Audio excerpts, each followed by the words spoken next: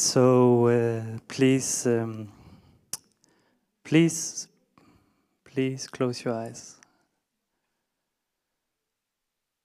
Please take a moment to also to lubricate your spine. Maybe move it a bit. And close your eyes to arrive into the theater of your body.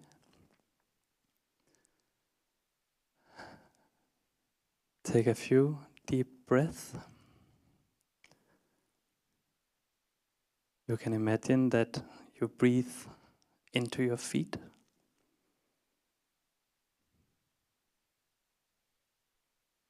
Into the area between your genitals and your anus.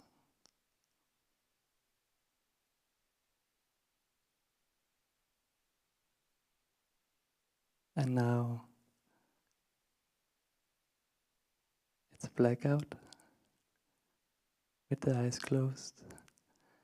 And you arrive to the projection room of your forehead. And I invite you to visualize a screen.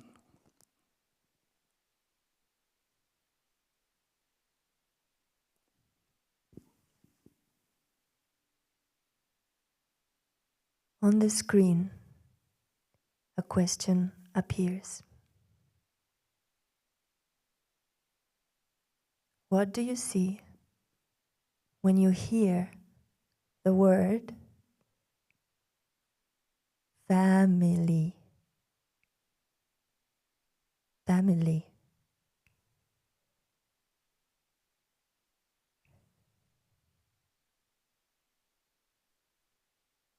Perhaps now we have about 40 something images of family in this room. Perhaps we have about 40 something images on each of your projection rooms.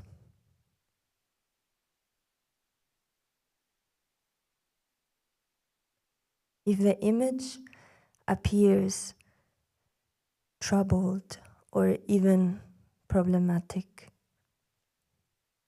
not a surprise.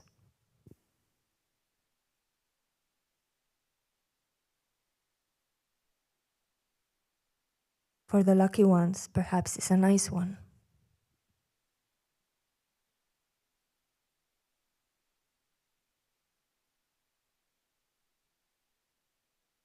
Now let's imagine family in a more expanded sense.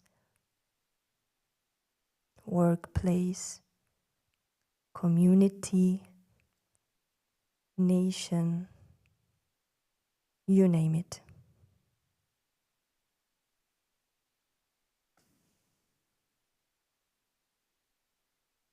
Cultural target group.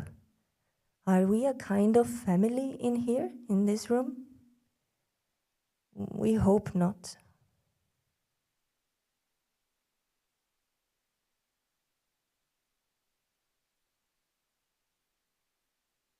Because we have been thinking about how family organizes and privatizes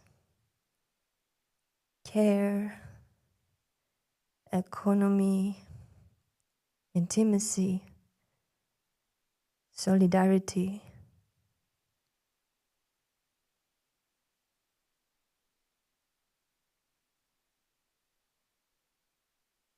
Two and a half years ago, Penelope Cleo was born, and it made these questions more urgent for us, for Adriano and me.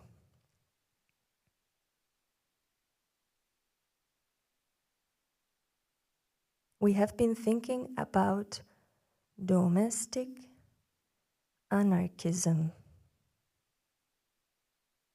We have been thinking about making coalitions beyond the family.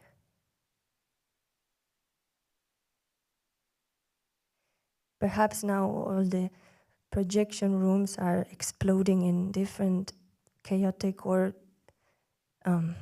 unclear images. We are very, very curious about those images.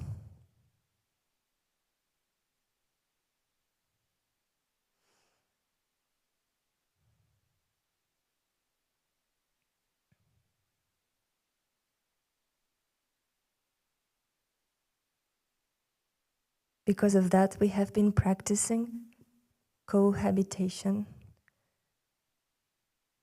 with friends, lovers, and collaborators, and friends of friends, and friends of lovers, and collaborators of collaborators.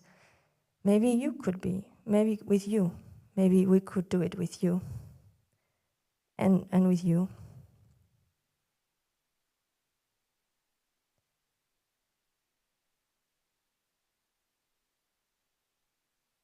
We are thinking about cohabitations in the domestic sphere, but also in the dome of the theater.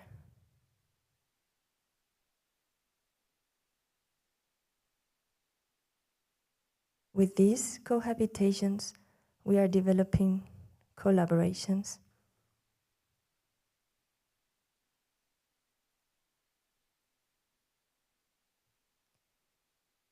And we have been thinking about dance as a knowledge that can be applied to different collaborative forms.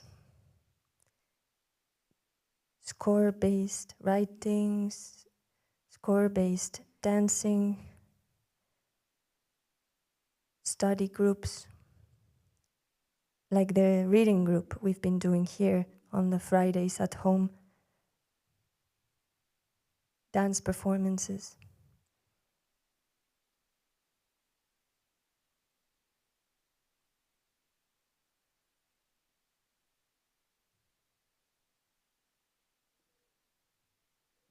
We would like to dance with you. So we ask you to open your eyes.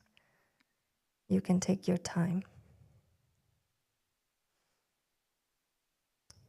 The lights come on.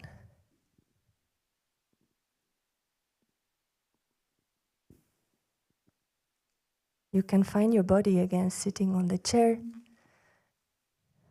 Sense the people around you, and we're going to come and pick you up.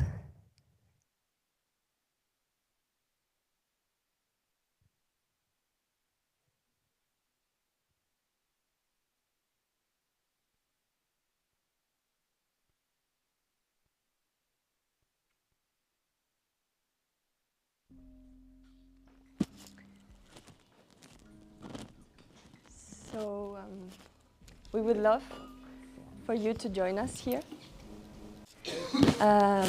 So for that you would have to stand up and come over.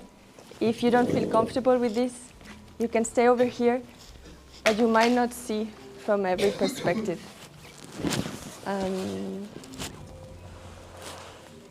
Yes, yeah. Follow us.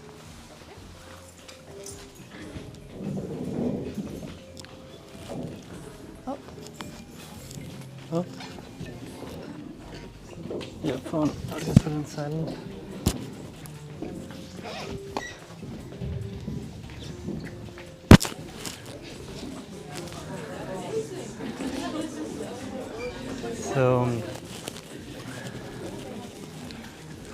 So do you hear me? Yes. Yeah? You can spread around in the room. This is your room as well. This is our space. We would love for you to follow a very simple dance. It's also very slow. And you can find a position wherever you want in the space. There's no center, there's no... Well, there are some spotlights, but... So as I say, this is your space as well. Please take care of yourself. There's some water if you need. And this dance will take place for a little bit. You can follow me, but you can also follow Nadim, and you can also follow Adriano. That's Nadim, that's Adriano. That's not part of the dance, sorry. And also you can follow Chechi. And that's it.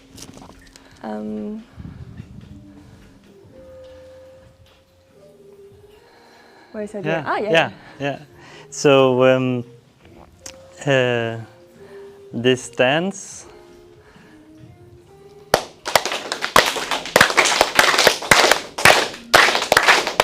This dance is a tribute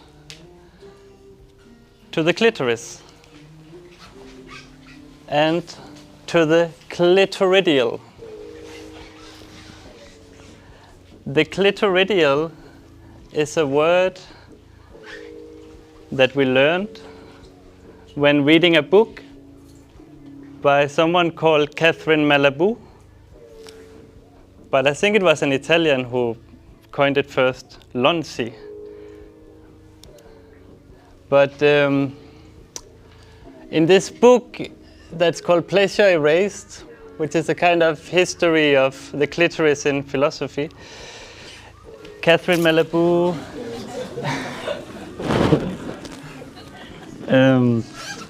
makes the argument that the clitoris and the clitoridial is in relation to power, but that it doesn't propose a power relation.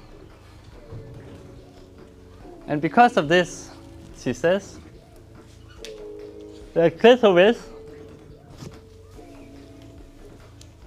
is an anarchist.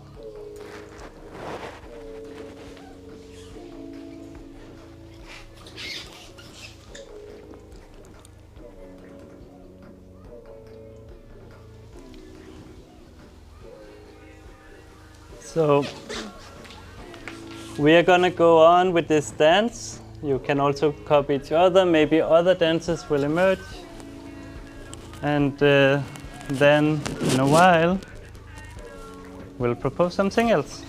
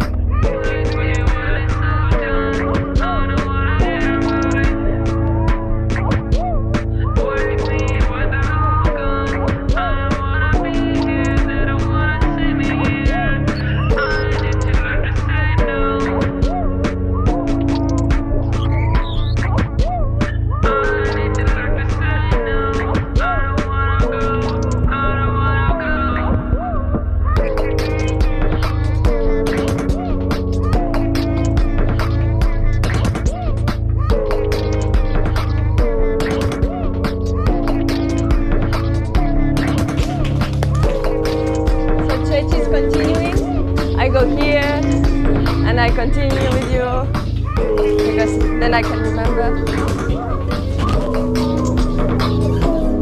Conversations while we do it.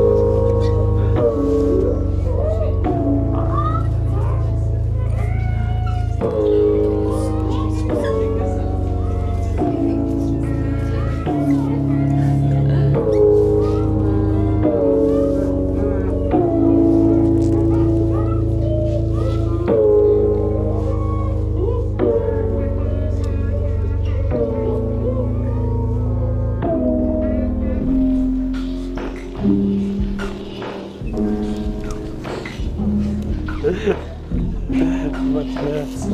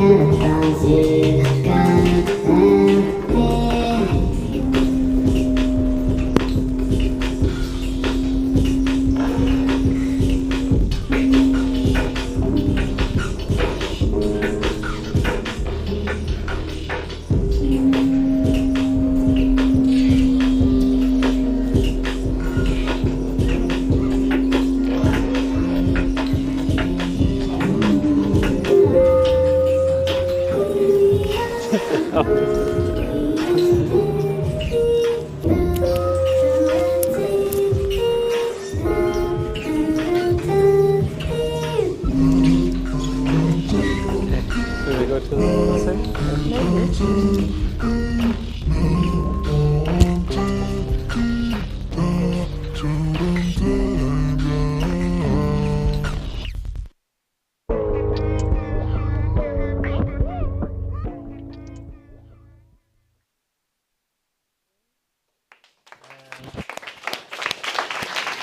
Now we would like to propose a last. Sorry, it's like the flood of participation. We're going to do one more, but this time a feedback thing. This is a score, a conversational score instead of a feedback round. I learned it from Krodjurak, an Estonian artist, performance artist, and it's called The Silent Conversation. They heard about it from a Quaker culture, which I don't know much about. What I did learn is that it's a conversation where you don't respond. So you say what you need to say, but you don't respond to what other people are saying. And the silences are more important than what is being said. So just to listen a bit to silence together and to name what might need to be named, we would like to end this session before the dinner with a let's say 10-minute silent conversation. So I'll put a timer.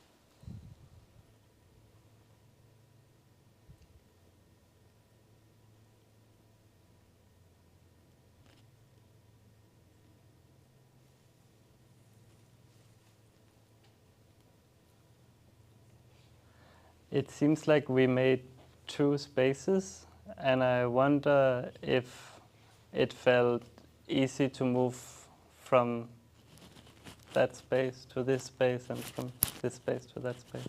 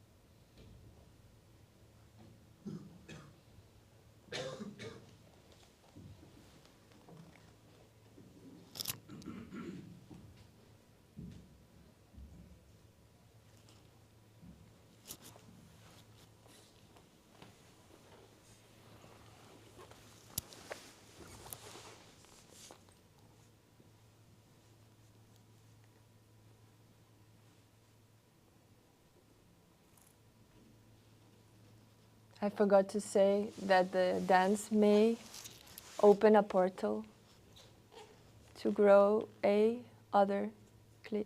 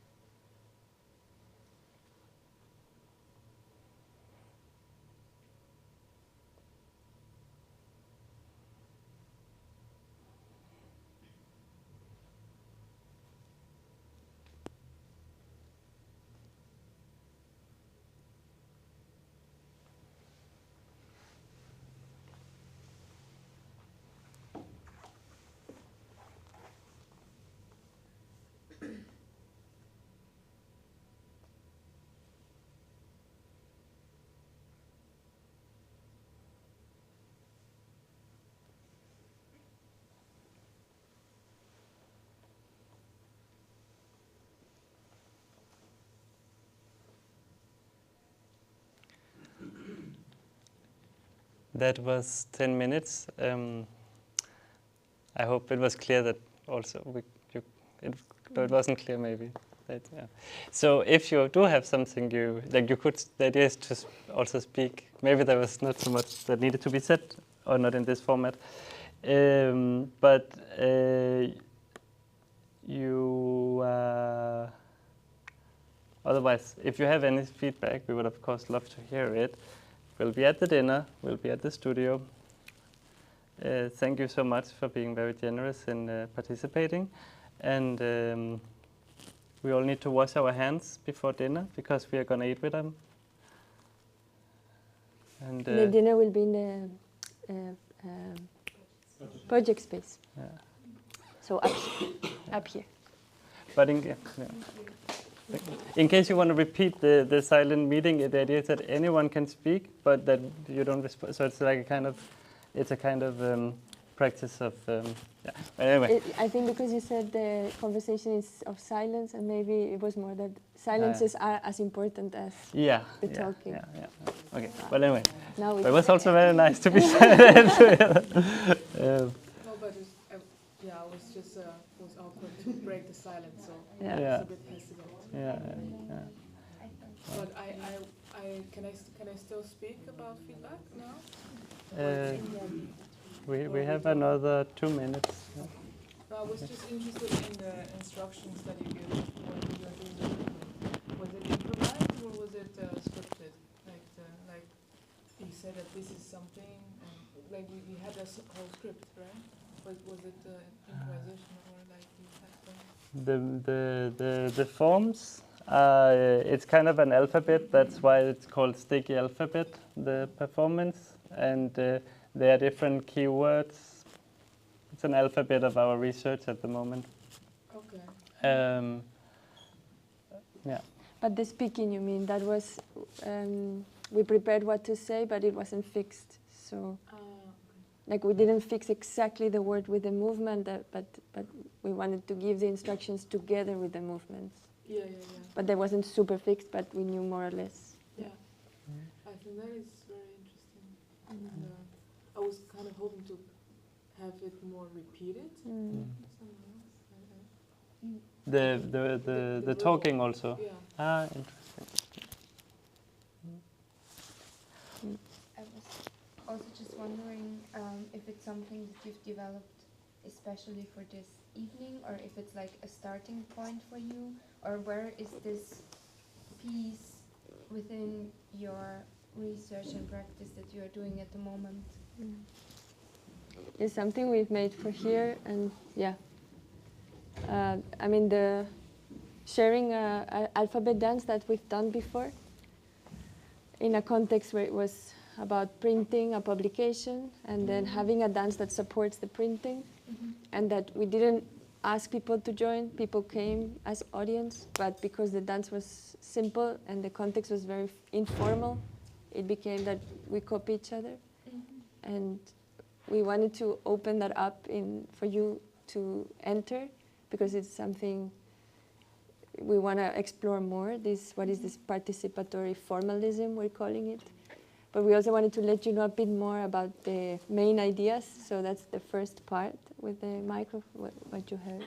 But that is specifically for this. Yeah. I don't imagine making this already as a performance, all of this. But maybe some elements of the participation in the dance, yes. Because you're also working on a publication at the moment, no? Yeah. So, Yeah. The publication inspired from the movements, or movements inspired from the publication? No, it was separate things actually, like parallel activities that can support each other. Yeah. I have a question. I enjoyed seeing the performance, the action, but I was wondering, because I really enjoyed your talking in silence, like with our eyes closed. And I was, because you said that in this room there are like 40 images of families, and when you said maybe like not a good image or like problematic or something. and so that's why we are thinking about this and that. Mm.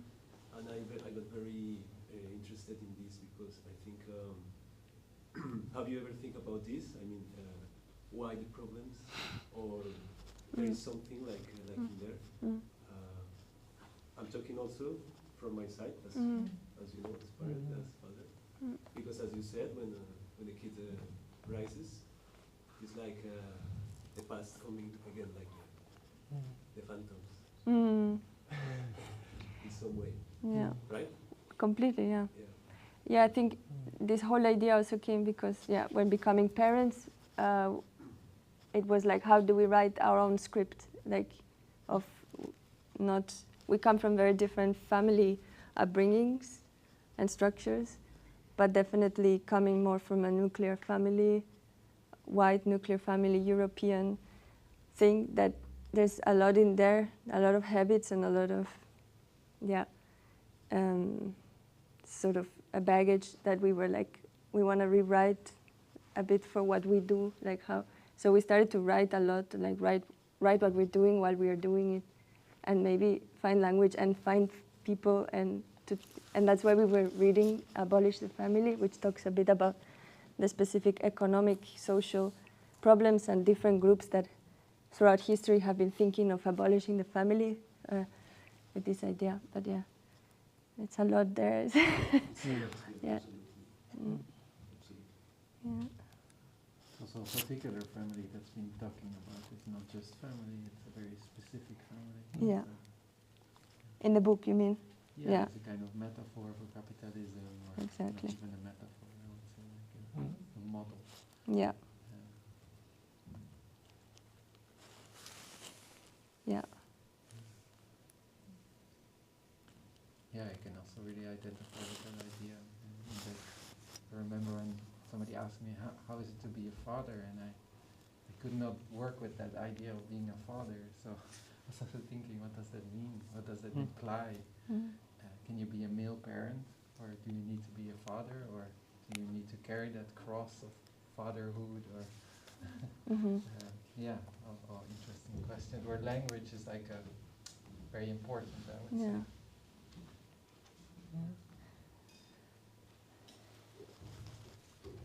Yeah, like then for us, questions of sex and class and gender suddenly become so pressuring.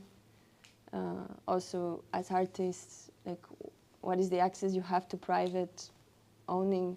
Why does becoming a family immediately, sort of in a conventional way, imply some form of inheritance from biological family? Like, all the things.